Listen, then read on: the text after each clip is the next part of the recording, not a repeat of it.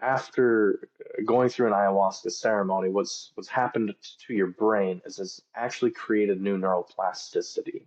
And so to create change in your life and to add things in or take things away actually becomes easier. We're not in these stuck grooves the way that we were before. Welcome back to Heal Your Roots podcast. On today's episode, we have Alex Mayrin, plant medicine practitioner and guide. In this episode, we explore how ayahuasca can help heal and treat PTSD, trauma, and childhood wounds.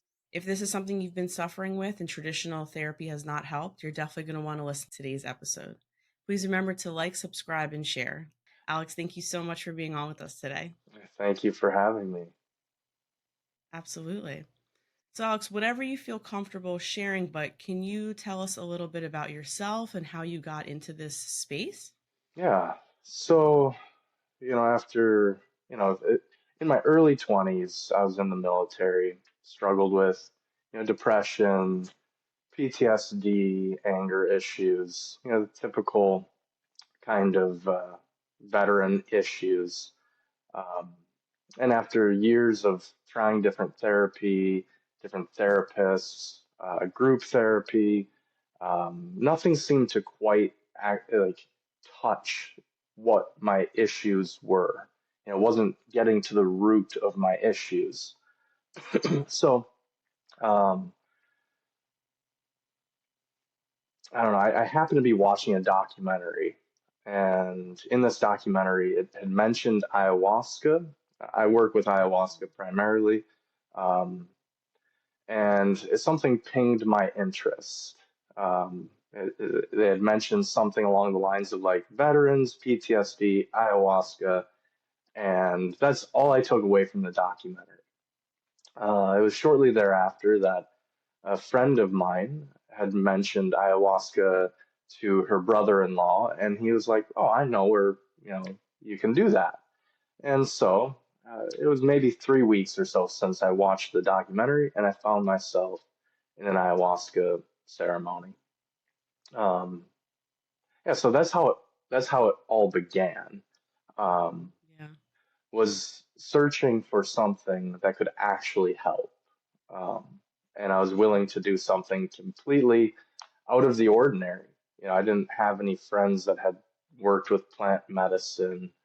I really had no idea what I was getting into, but I was hopeful that it would work. Yeah. And that's tough because I know that especially with PTSD, right? It's in your nervous system, it's your body. You can't really talk your way out of it, right? Because it's like these instinctual feelings and symptoms that you go through. So I imagine after trying all of these things and really wanting to feel better and increase your quality of life, leaning into plant medicine is I guess like the next thing. And I really believe in plant medicine too. So it seems like it really worked for you. So I'm glad that that's the path that you were able to take. And now you're here helping all these other people with it too. Thank you. Yeah, it really changed my life. Um, that first weekend, it was like a weekend retreat. I ended up drinking ayahuasca 3 times over the course of a few days. And, the biggest thing that happened that weekend was I found hope. Hmm. So it's not like a magic bullet, it's not a quick fix. Um, Yeah. but that first retreat really allowed me to see myself um, in a way that I hadn't in a very long time. It sounds really powerful. Yeah, it was. And just feeling into that now, it still gets me a little choked up, you know. Yeah. It's life changing. Yeah. I appreciate you sharing that because I know it's personal and it's vulnerable. So thank you for being open to share that with me. And so what was kind of the journey between you doing it for yourself to find that healing to then now helping other people through this process? It was a long journey. Initially I would go, I would drink ayahuasca. I started incorporating yoga and meditation and breath work. outside of the ceremonies, and my life just started to shift and change. I'd go and I would drink ayahuasca, then there'd be a period of time where I wouldn't, and so on and so forth. And as it just continued to unfold, eventually I started coming to ceremonies and I would help out. I'd walk people to bathrooms, I'd, change out buckets, things of that nature. And, over time, like, I started working with a lot of other veterans, and eventually that led me to going to Peru for the first time. Mm. And so I'd be drinking ayahuasca sometimes, I'd be helping out others, so on and so forth. But eventually I found my way to Peru, and I did what's called a master plant dieta, which is it's a form of isolation in a little hut, um, with no distractions, um, nothing to do. You can journal, you can sing, you can play music if you play an instrument, but basically you're sitting in a hut with nothing to do, a very strict food diet, where there isn't salts, oils, spices, very bland food. And then every other day you drink ayahuasca, you leave your hut, it's called a tambo, and you go to a maloca, and in there is the ceremony, the ayahuasca ceremony. And, go through the ceremony. The next morning, you go back to your hut. And on the days where you're not drinking ayahuasca, you're actually drinking the tea of a different plant. And these different plants work on you know, different things, physically, energetically. Um, and so one day is ayahuasca, one day is the other plant. And it was through this first dieta that I'd gone to the jungle, and I was a carpenter, builder, different things. And during the course of this dieta, um, it was absolutely the most terrifying, difficult thing I've ever experienced in my life. Mm. But what it was is, um, it was working on humbling myself. It was like it was so difficult, and and it was just humbling. It was the most humbling experience of my life, this 10-day dieta. And at the end of the dieta, I was in an ayahuasca ceremony, and I was getting these visuals of what to do when I left. In the ceremony, I felt completely humbled heart, and I felt relief. Like I couldn't surrender my suffering. My suffering was still there. I could accept my suffering, but it was still there. And so all that was left was to let it humble you. And it was after this humbling experience in this journey, I started to get visuals, like this actual vision of what to do when I left Peru. I saw myself teaching a yoga class. I'm a yoga teacher Mm. at this point. I was like, all right, I'll teach the class. And then it showed me teaching breath work. And I was like, all right, I'll teach breath work. And then I saw myself actually serving ayahuasca. And I was just like, okay, like I'll do it. And I'll kind of fast forward. Uh, Upon returning home, I reached out to all of my clients that I had construction projects for. I let them know that I was getting out of the business, and um, I started working with an attorney to set up a church. I figured out how to import the raw materials, and I just began. I started serving ayahuasca to people that I knew, um, small groups, one person here, two people there, and it just started to grow. Um, the word of mouth spread. I ended up meeting more people, and the group started to just build, the group sizes, and I'm coming up on 2 years of doing that now, on my own. So It's been a beautiful That's journey, incredible. and I left out a lot of details to keep it short, but um, yeah, that's a journey. It began with just needing support, and then coming back and starting to support people, and then eventually stepping out fully on my own. Mm, that's incredible. That's really powerful story. And I feel like that happens a lot with healers or therapists or any kind of practitioner that is in service to help other people, is that we're kind of looking for something for ourselves in the beginning, and we find something that helps or transforms us along the way, and then we want to share that. And it sounds like you started to build a community, like you met this community of people who were doing the same thing, and then now you built your own, which is awesome. That's really powerful. It's been an incredible ride. So very It honored is. to be able to be doing this work. Yeah, it's deep work. It sounds very deep and transformational, and a lot of people, I'm sure, are very vulnerable and raw and open around you. So it takes a lot of trust, I'm sure, Mm. in you and in the ceremony and the process to, allow someone to open themselves up like that. Yeah, it all begins with a phone call, so whether somebody, through word of mouth, hears about me or, Tikun, which is a center that I helped open up with a couple of partners and my wife. And it starts with a phone call. And I'm not on a phone call to interview anybody. I really just, to Mhm. touch base with them and to make that first Mhm. connection. And so I would say usually when people come to ayahuasca, it's it's at the point in their life where they're willing to step outside of what we view as like traditional mental health.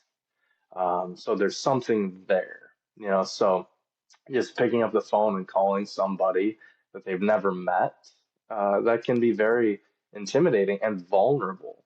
So that Mhm. kind of vulnerability piece begins at that first connection, and yeah, it's really really quite special. Um, then I meet them for the first time as they show up for like a weekend retreat, and being able to witness this process of the moment I talk to them to the moment they show up, to the first ceremony, then the day after, and Mhm. there's yoga and there's breath work, and then another ceremony. And by the time they leave, it's like the lights are back in their eyes. It's like this haze, this kind of gray haze has been cleared, and they're bright, and their heart is full, and they're open, and sharing and feeling deeply. And it's really just a beautiful, beautiful experience to be able to witness that process in others and to be able to hold a container for that type of healing to occur. Yeah. That is really beautiful. And so, for a lot of people who have either never heard of ayahuasca or maybe have just heard of it, can you kind of share what it is so they have an idea for listeners? Right, we've been talking about, I think they're kind of getting an idea. It's plant medicine, Mhm. you take it, all of this wild stuff happens. But if you can share a little bit more detail about what it is and kind of what a ceremony looks like. Yeah, I can do that.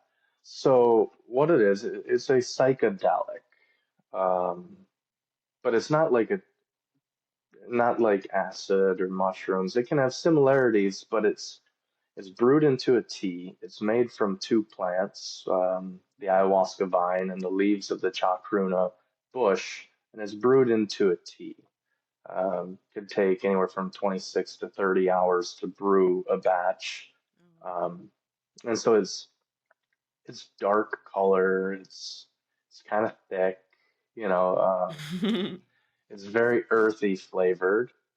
Anyway, you drink the tea at the beginning of the ceremony, and anywhere from like 30 minutes to an hour can go by, depending on somebody's sensitivity level. Um, they'll start to feel sensations in their body. They might start to feel tingling. They might start to get visuals. They might feel nauseous.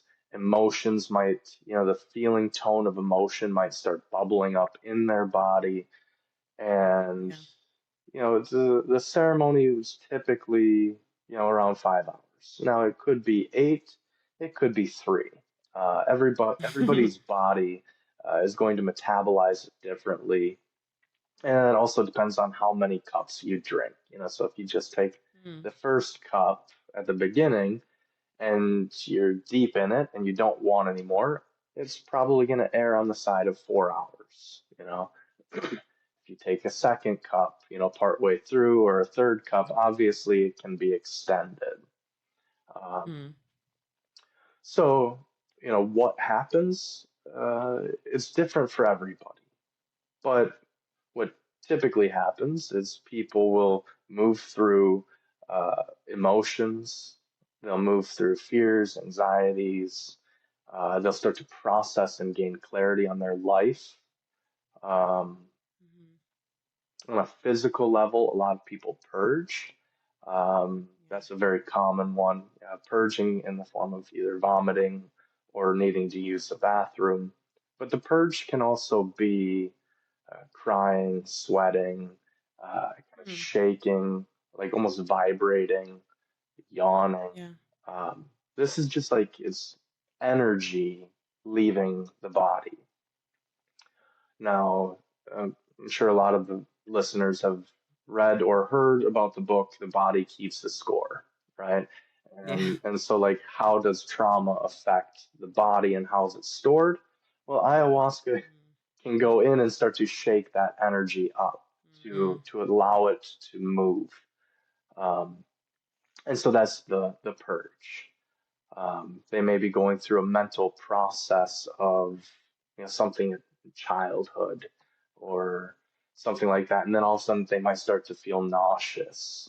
And and so the Mm. mental process with the nausea is allowing this energy of this traumatic childhood event to actually like up and leave the body as they're Wow. processing it mentally and feeling it as they're processing. Wow. So it's like literally dislodging where it's stuck energetically and physically in your nervous system. And I mean, with trauma, right? Like everything is disconnected, and it sounds like this connects everything, shakes it up, moves it, and then releases in whatever way your body sees that it needs to be released. It can be that way, yes. It's not always. Wow. That's just, um, Mm-hmm. but oftentimes, yes, it's showing up as a form of a purge or something like that. For some people, they may never actually vomit. Um, Mm-hmm. The lucky ones. it depends on how you view that, Sure. um, but either way, you'll go through a mental, emotional process.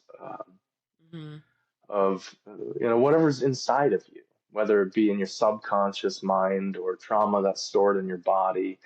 Um, yeah, there's a process that you go through over the course of this. Let's just say 4 to 6 hours. Um, and during the process, it's not always painful. Maybe towards the end, you'll start to feel these emotions of like gratitude and love and compassion for yourself and gentleness towards yourself. And those types of feelings are hard to feel in our body when there's so much other stuff happening.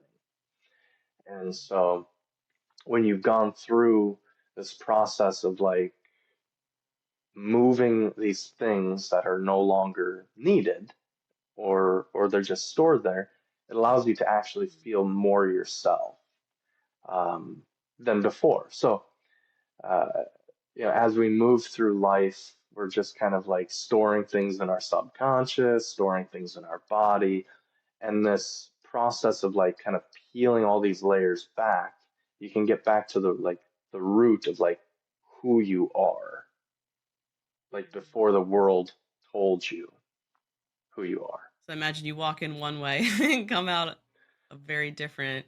experience. And I don't know if it's person, because you're saying this is all of these layers being placed and now they're being taken off, but it sounds like an actual weight lifted off of you, like mentally, emotionally, energetically, physically, right? Like on all these different layers is just released off of you. And I'm sure there's this feeling of lightness, is what it sounds like. Yeah.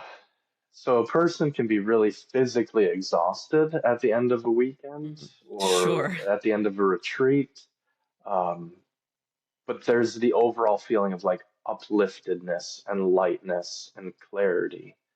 Um, the thing about it is like there's always going to be more, right? So Hmm. after one weekend, you might have just scratched the surface, You may have just found hope. You may have found hope or compassion or gratitude. Um, but everyone has their own journey. So yes, you feel incredibly light, um, but it's not the cure all, right? So then in Yeah. comes integration, in comes allowing the pieces to settle and really nourishing your nervous system because it can be a lot. It can be a lot to move through all of that in one weekend. And and so to find this place of like steadiness after, um, it's really like finding a new way of being. And that takes time and integration, finding a therapist or a coach or a guide or somebody that understands trauma, um, trauma sensitive, trauma mindfulness, um, but working with somebody that can actually help you integrate um, what it was you just went through to make lasting changes, because we can go through an experience like this, but then we're going back home. We're going back home to the Hmm. same things that were there when we left. So you've changed, but your life didn't change overnight. And so Hmm. it's taking maybe what we've learned over the weekend or retreat or ceremony, whatever it is, and applying small changes to our life. Maybe adding in different practices. Maybe if you didn't have a meditation practice, maybe trying that. If you haven't spent time in nature, maybe trying that. So integration can look different for everybody. Somebody with a type A personality, if you give them a list of things to do, so after the retreat, you're like, all right, now do this, this, this, and this. They're taking notes and they're like, all right, I'm gonna get it. I'm gonna do it. I'm gonna, and Yeah. and and so maybe that's actually the mechanism that they went there to work on. And so if you give them this Mm. list, now it's like they're back in this overcomer, like this, I'm going to overcome myself by doing Mm. this thing, when really what maybe they needed to learn was how to be gentle with themselves. And so it's like somebody like that with a type A personality that's a real go-getter, like that served them probably pretty well in life, as Yeah. far as jobs and having their life put together, but internally, like they're not okay. And Yeah. so to actually learn how to then be gentle with yourself is going to be far more important than like giving them a list of things to like go and do, to make it last. Um, if that makes sense, how I worded that. Absolutely. Yeah. So, It just depends on every person, right? It's customized, it's catered to the individual, what makes sense for them. right, it's different for So I have a everybody. yeah, I have a question. So you mentioned when you went to Peru, there was this type of ceremony where you were kind of isolated and then in the ceremony with a group over a course of time. Hmm. And then I'm hearing you say there's weekends and there's retreats. Can you share or elaborate a little bit about the difference of if someone's just doing it for one sitting, right? Like the 4 to 8 hours versus a couple of days in a row? Like how would someone make that decision based on that? I like to suggest people doing like a weekend retreat, because, Hmm. you know, in that context, in that container, they can actually have support. They can maybe try yoga for the first time or meditation or breath work. And so the whole container, like a Friday to Sunday, is going to have two ceremonies. The first one, it can be, especially if you're a first timer, you've never worked with ayahuasca before. The first time can kind of be Yeah. like, what? Like, what's even happening? You're getting to you're kind of just getting your bearings about you. Yeah. It could be really deep, um, a really deep experience.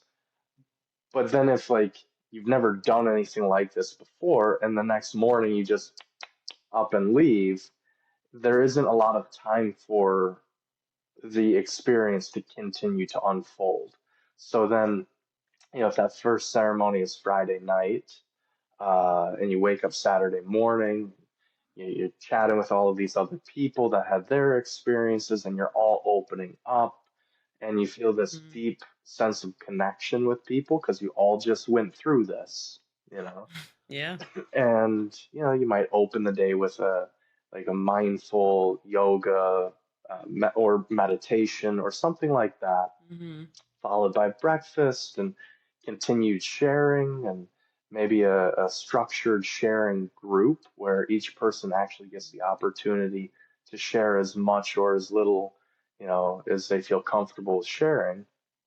And so it's like all of these layers just keep getting peeled back and like tapping into the vulnerability of like connection and feeling like this deep intimacy, right, with other people. And it's it continues to unfold, and all the layers keep getting peeled back. And then maybe Saturday afternoon you do a breath work, um, which is going to keep peeling back these layers.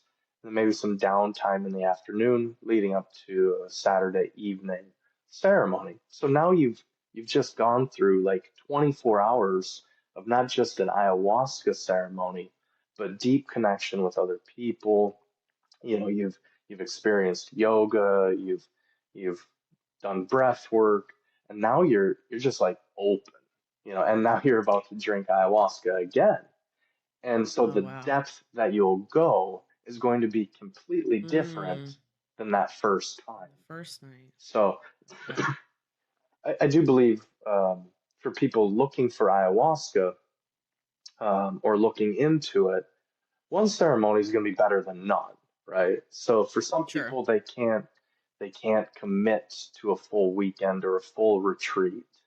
Um, and so it's still better to come to a ceremony, have a conversation the next morning, you know, um, give a little bit of tools and practices that they can take home with themselves. Um, Hmm. that's still going to be better than not doing it at all, in my opinion. Yeah. Other people may challenge me on that, and that's fine.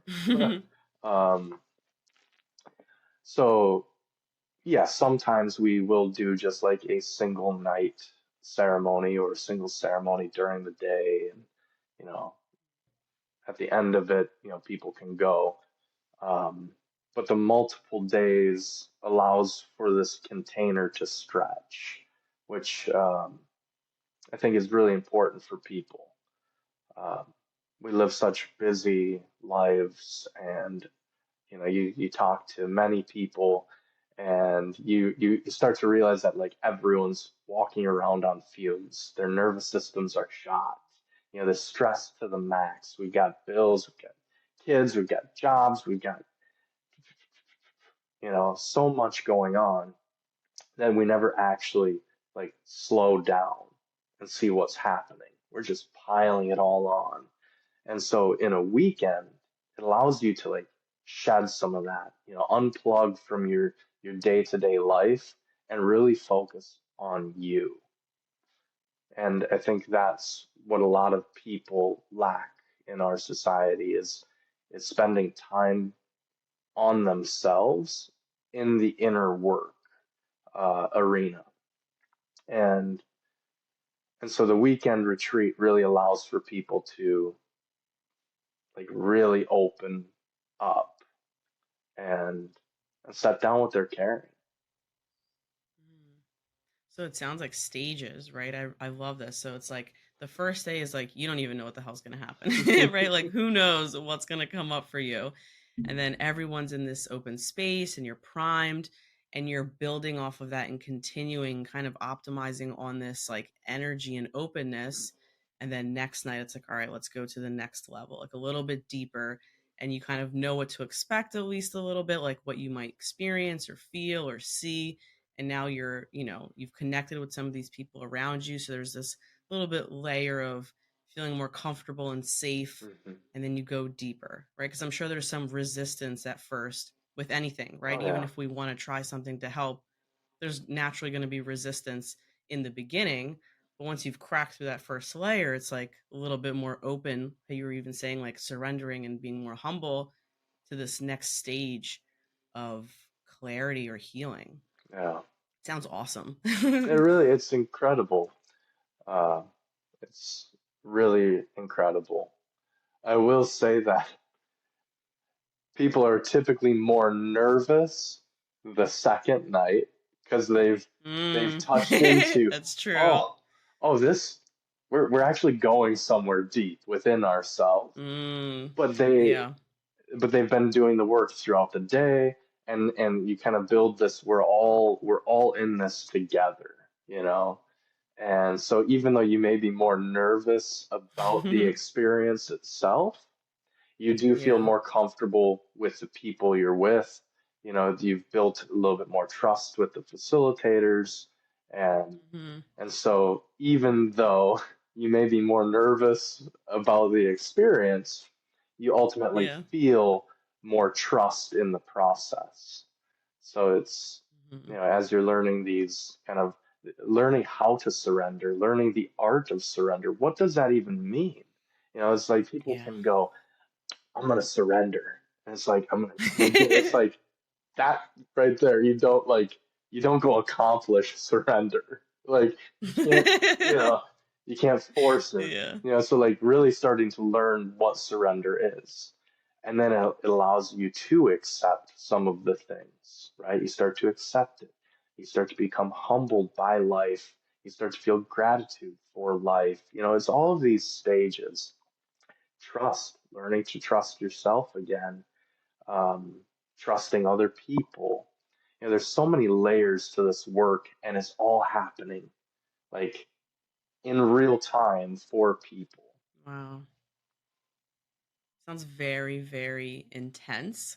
It is. I mean, it's kind of what, people are signing up for, right? Is that if all these other treatment methods haven't worked that take a lot of time and there's a lot of suffering along the way and there's incremental, I guess, progress, this is like all at once, right? It's whole body, whole spirit, energy, mind, everything, and you're like really being engulfed in this. Like it sounds terrifying and also very freeing and liberating. And it's like, the human condition is always like this contradictory Mhm. experience. So it makes sense why it would be like kind of on both ends of the spectrum. Yeah. It's, I go back to like my own personal journey with it. Traditional therapy, like nothing was actually getting to the roots of what it was. I thought my life was messed up because I was in the military. Well, it turns out these beliefs that I had about myself that were stored in my subconscious, those came into play when I was a child. The military and my life just made those things bigger. Um, and so we can actually start to see ourselves for who we really are, right? So, you know, it was my experience with traditional therapy, throughout my 20s, that like most of the conversation was just trying to figure out what the issues were. Like it took all of this like digging to even like find out Yeah. what was happening so you could address Yeah. it. Now, Hmm. ayahuasca is going to just bring you there. So now you can Yeah. address it. Now you can feel what it is you need to feel. You can process the things that you weren't able to process. And then when you couple that in with therapy, you couple that in with, spending more time in nature or meditation, or prayer, whatever your practices are, um, the healing and growth occurs at such a deep level that your life begins to change rather drastically, quickly. So, yeah. There's like a part of me that really wants to do it, and the other part is like terrified. And I get that. Um, Yeah. you're seeing yourself, and Mm-hmm. that's scary to people, to see yourself and feel Yeah. maybe. Yeah, we live our lives like in resistance to feeling pain or suffering, that we try to Sure. distract ourselves until the suffering can become so heavy that maybe people turn to whatever their coping mechanism is, drugs, alcohol, sex, you name it, like Mm-hmm. food, work, like all of that. Eventually, Yeah. people get to the point where you can't outrun it anymore. It's there. Mm-hmm. And now you actually have to feel through it and process what's causing it. That doesn't mean you're going to relive, uh, uh, a traumatic event necessarily, but the feelings of, not being safe in your body, or whatever it is, you're going to move through the feelings, and that's scary to people. Like, I've lived my whole life trying not to feel this. Why am I diving into feeling? I'm adequately numb. It's like, but you're here. So Yeah. let's peel back the layers, see what's going on, feel what needs to be felt, Mm-hmm. and come back to your heart, you know? Mm-hmm. Sounds really powerful. Yeah. And so I know you mentioned a lot about integrating afterwards, right? Like this event is like, it gets you right there. You're feeling it, you're observing, you're healing, and then you return back, right? And like that's kind of even in therapy, right? Like when you work on yourself and you go back to the place that either conditioned you to believe certain things or you're doing certain things that are continuing to harm you, how do you help people create some of those practices or integrate that a little bit more if you are the coach that they want to continue seeing? Integration is such a loaded question. You can ask many different people, what is integration? And what are integration tools? And you'll hear many different things, you know. And so depending on the individual, like it really depends like what they moved through, what they're working on. Yeah. But the question of like how to support someone, Hmm. my go-to is like start a daily practice, whatever that is, whether that's meditation, or yoga, or walking in nature. Like do something every day. At least try. If it doesn't Hmm. work out every day, at least try to implement it a little bit throughout the week. After going through an ayahuasca ceremony, what's happened to your brain is it's actually created new neuroplasticity. And so to create change in your life and to add things in or take things away actually becomes easier. We're not in these stuck grooves the way that we were before. So it's the perfect opportunity to implement little things, whether it's, a 5 minute or 10-minute meditation, or, spending more time in nature, or doing something that like fills your cup, whatever that is. Um, I will go back to it and say that like I believe personally the best thing that people can do is really to learn how to be gentle with themselves. Oftentimes we grew up and adults weren't gentle with us. We've all heard stories, children are to be seen, not heard, like all of the stories. And so, we're being rushed around, the parents have schedules, and it's like a child isn't like in time like adults are, right? They're just Yeah. in playtime. And so when we're rushing them around, it's like they start to get anxious, whatever it is. So Mm. parents, I'm a parent myself, and I've caught myself not being gentle with my children. Like, come on, hurry up, we got to get going to school, right? Mm. And so like when we can learn how to reparent ourselves and be gentle with ourselves the way that, we would have liked our parents to be, like, I think that's one of the highest forms of love that you can have. Is like to just be gentle with yourself. Now people go, what does that look like? I was about to ask you if you could share an example. Yeah. So this is where, you're kind of plugging in some of the skills that you've learned with ayahuasca. Surrender, acceptance.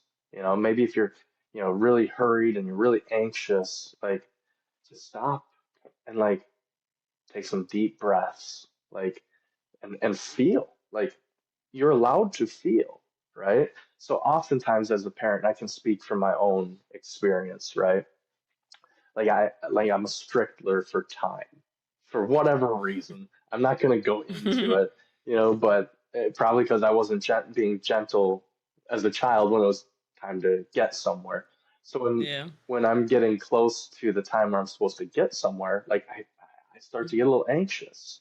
Not so much now, Yeah. but like I'm talking about years ago, like I'd be anxious and I wouldn't even understand that I was anxious. My wife would be like, "Quit rushing me." It's like I'm not, and it's like, but your energy is. It's because you're rushing Mm. yourself. So if Mm. you're feeling rushed, how can you be gentle with yourself? Is by allowing yourself to feel the anxiety, but actually slow down. Like nothing bad is going to happen. You're still going to be out the door. You're still going to get to where you're going. Who cares if you might be a couple minutes late or right on time? But being gentle with yourself can actually start to rewrite the story and soften that anxiety around, oh my gosh, it's getting close to the time I need to be gone. And so you can actually start to change the narrative in yourself. So now, as you as you get ready to go somewhere, now you're not feeling the anxiousness you used to have. And it's through being able to slow down, feel what's present, take some deep breaths, and relax yourself, right? So, you understand the nervous system. That anxiousness is like fight, flight, freeze. Well, how can we actually be gentle with ourselves? Well, it's to shift over into relaxation. How can we do that? Through our breath, like softening your body and breathing, you know,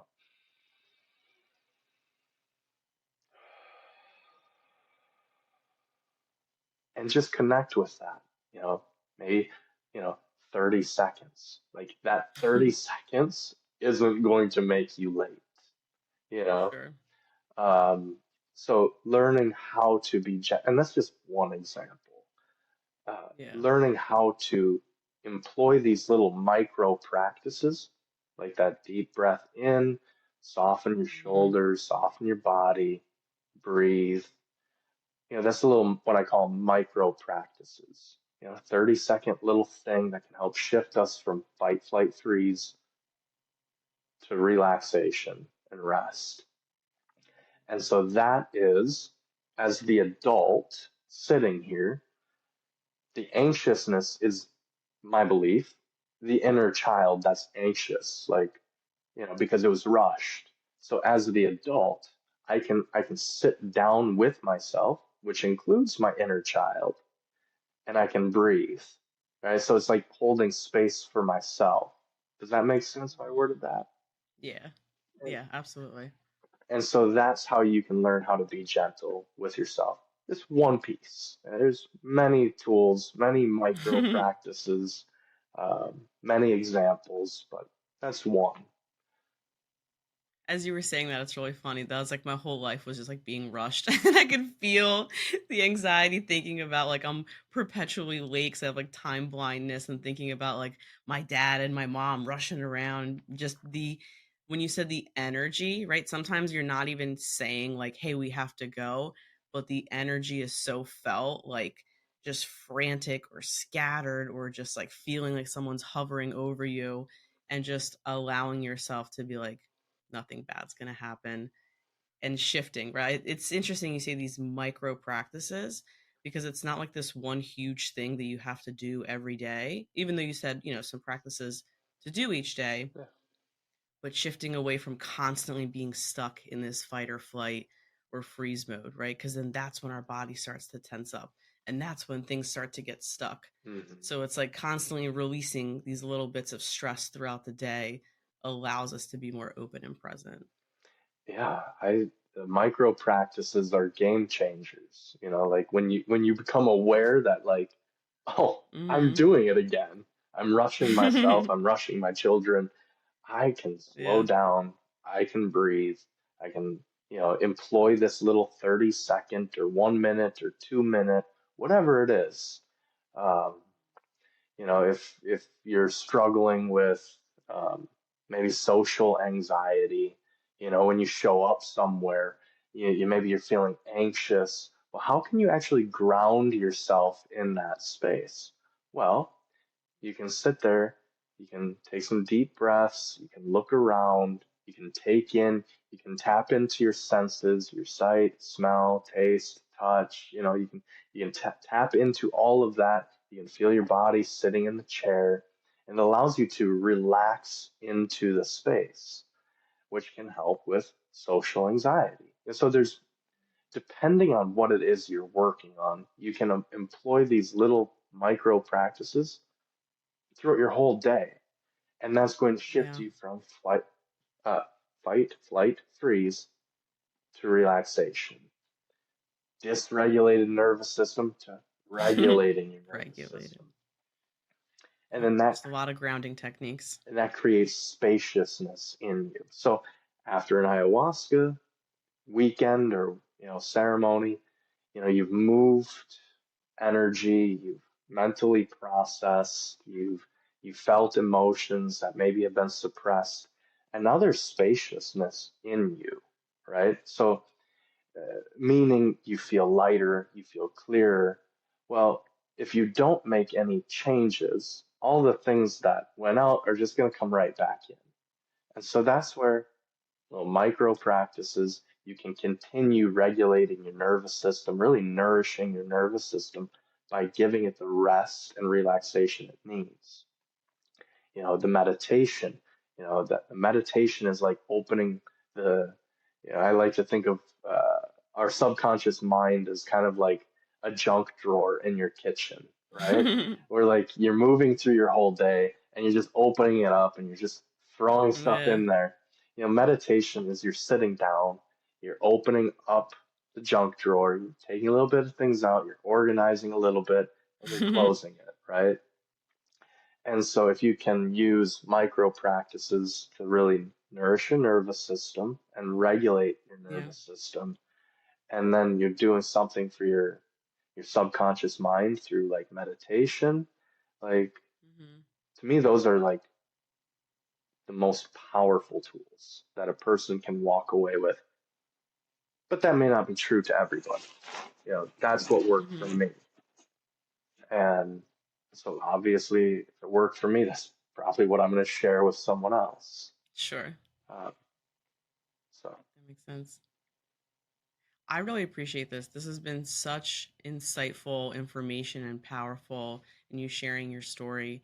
Can you share with people how they can get in touch with you or with Tikun to work with you, or, learn more about ceremonies or ayahuasca?